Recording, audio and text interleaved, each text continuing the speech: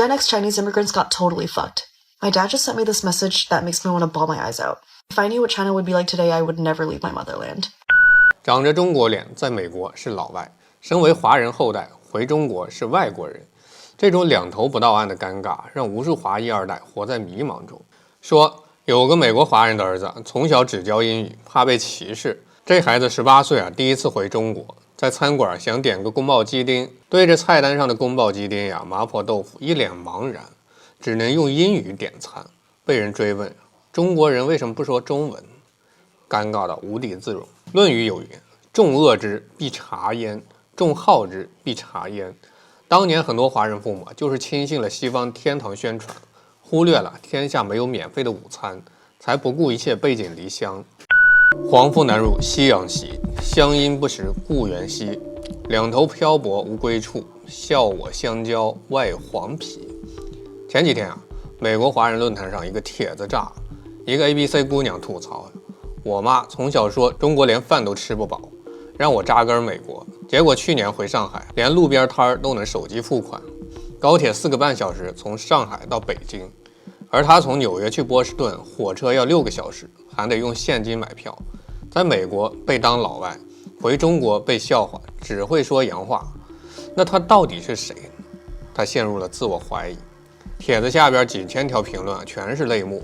什么爹妈卖了广州的房，移民洛杉矶开餐馆，每天累到凌晨。想当年没走的亲戚早住上了大平层，退休金比他爹妈的餐馆利润还高。他从小被骂中国佬，他妈妈还让他忍着，似乎时间总能冲淡一切。可到他30岁了，也没找到美国的好在哪儿。今天这条视频咱们就深挖华裔二代集体破防的根源。父母拼尽全力移民，为何成了2代人的遗憾？西方天堂宣传藏着什么坑儿？融不进的美国，回不去的中国孩子，真的没退路吗？今天聊的话题可能戳中很多海外华人的痛处，但必须讲透。太多家庭正重复着一代牺牲换2代迷茫的悲剧。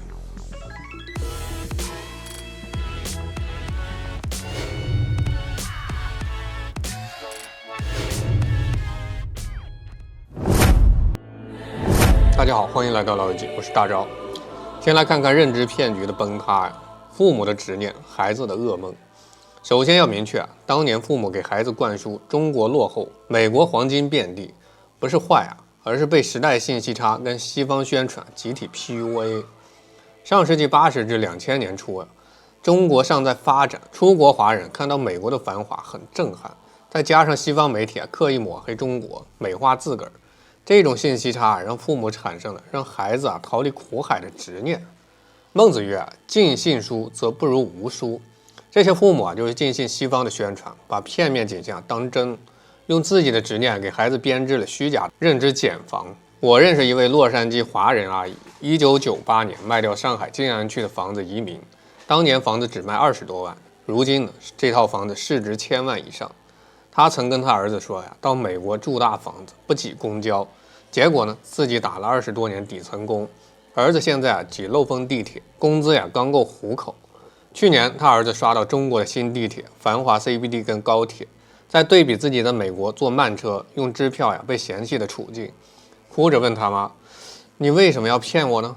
为什么好好的房子卖了跑来这边受苦？这阿姨的回答让人心碎，妈妈没骗你当年看到是美国更好，只是没想到中国发展这么快他妈只想着让他过好日子。这就是扎心的真相父母不是故意欺骗，而是被认知的局限困住，把错误的认知当成了爱传递给孩子。庄子所言井蛙不可以语于海，正是当年父母的写照，眼界受阻，没料到时代会变，中国会崛起。西方的宣传陷阱从不针对华人。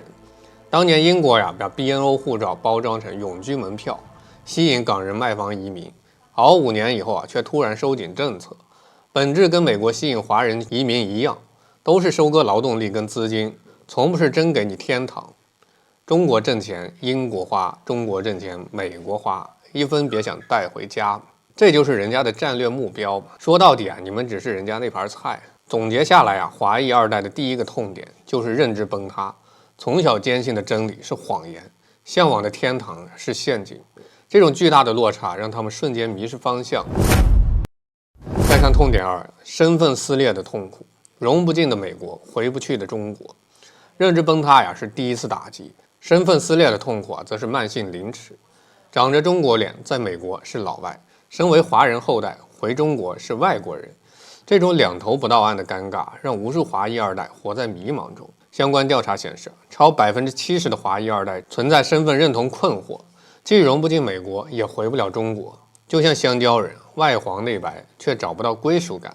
华裔二代在美国不仅被排斥，还要面对种族歧视跟职场天花板，成绩再好都被嘲笑书呆子，工作再努力也难晋升。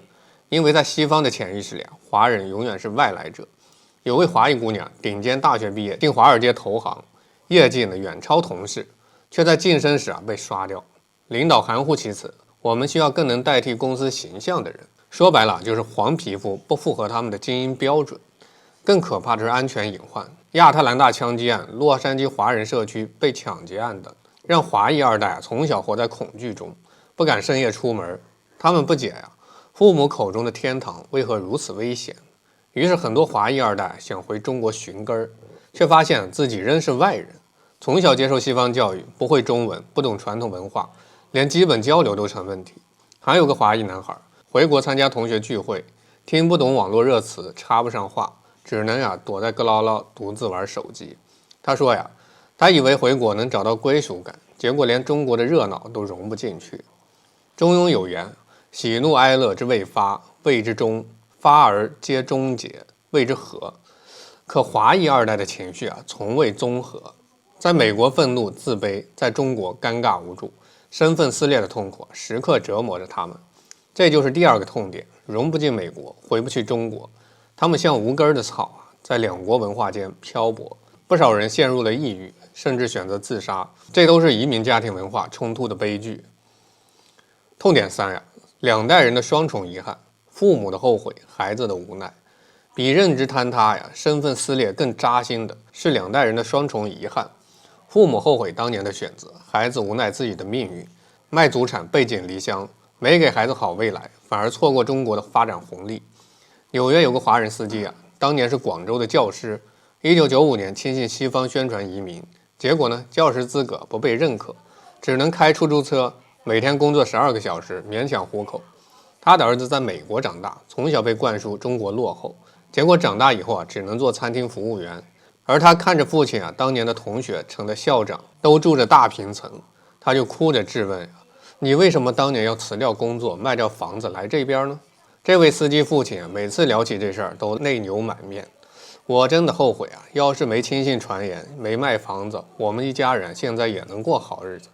自己对不起他孩子这种后悔是老一代华人的通病，他们以为逃离苦海，却跳进另一个火坑。贞观政要曰：以史为镜，可以知兴替。可惜当年的他们没有看清西方宣传的真相。更无奈的是父母的后悔无法弥补孩子的命运。华裔二代价值观、生活习惯早已西化，回中国能重新开始，在美国又难融入，只能活在社会边缘。有位华裔二代在美国做了10年服务员，想回中国发展，却不会中文，不懂礼仪，最后只能灰溜溜回去。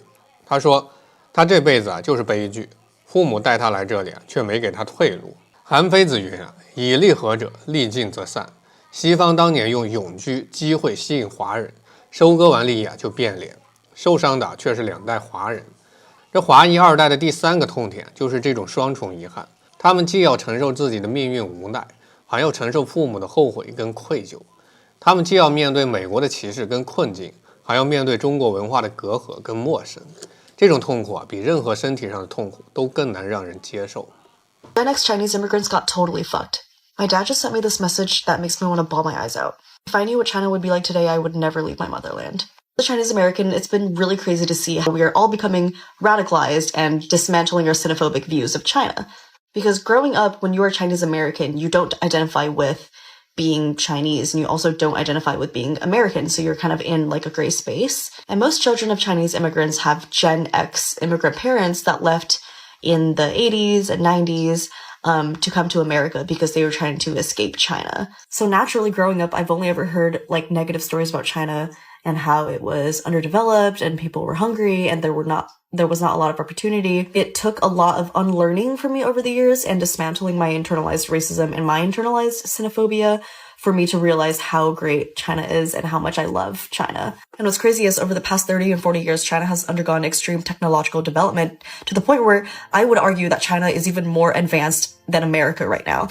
Here's a visual example of China's development. In the past 40 years, China has completely turned itself around from a third world country to like a mass metropolitan cities. So having parents that left China when it was underdeveloped, their only impression of China was what they knew of. So they have no idea what China is now. Like my parents have not even been back at all. They've never been to Shanghai. They've never been to Chongqing. They've never been to Shenzhen. They've never been to any of the big cities. I'm from like a very rural village in the north of China. So my family, their view of China is that it is still like extremely underdeveloped and everyone is very poor. My parents don't really have the privilege to unlearn a lot of propaganda the way that I do. They're not like as educated as I am, so they very much fed into the like American Western propaganda machine, and they have a lot of xenophobic views themselves. So it's just like it's really complicated to be in this position, and it's really crazy, and I'm very happy that everyone is finally seeing China for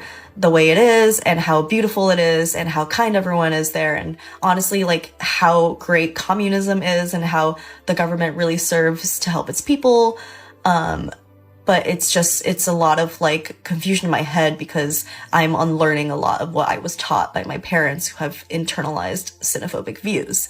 And it's even more sad that my parents came to America as America was arguably on its decline, and they left China as China was on its incline. I don't know, opposite of decline. So they kind of like were the generation that like lost both ends. Like they literally like they didn't get the good in any place.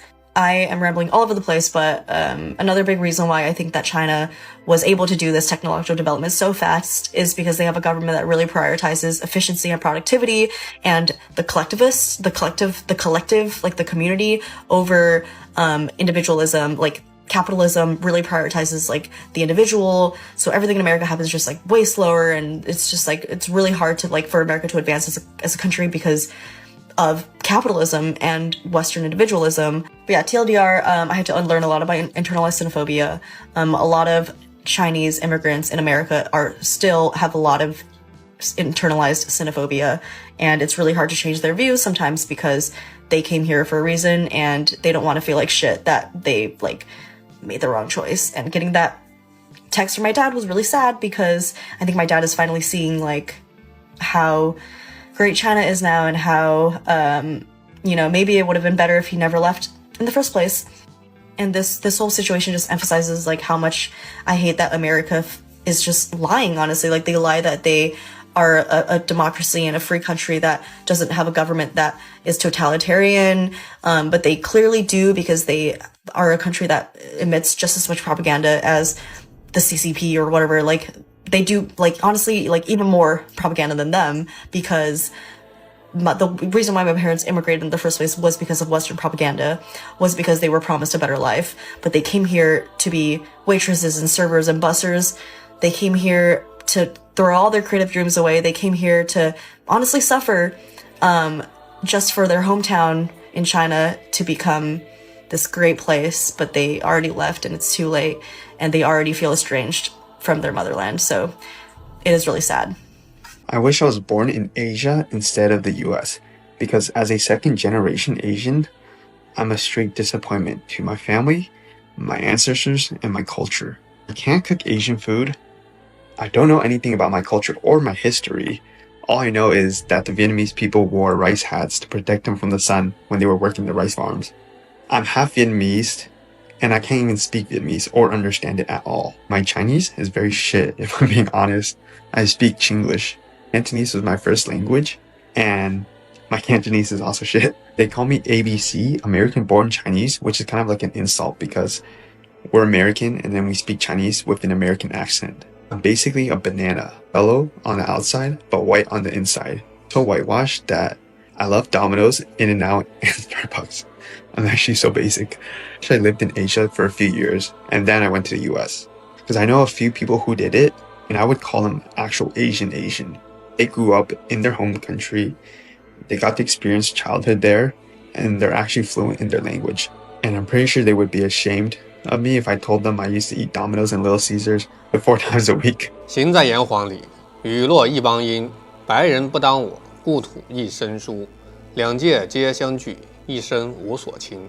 若问归何处，长夜对孤灯。本期节目到此为止，我是大钊，下期再见。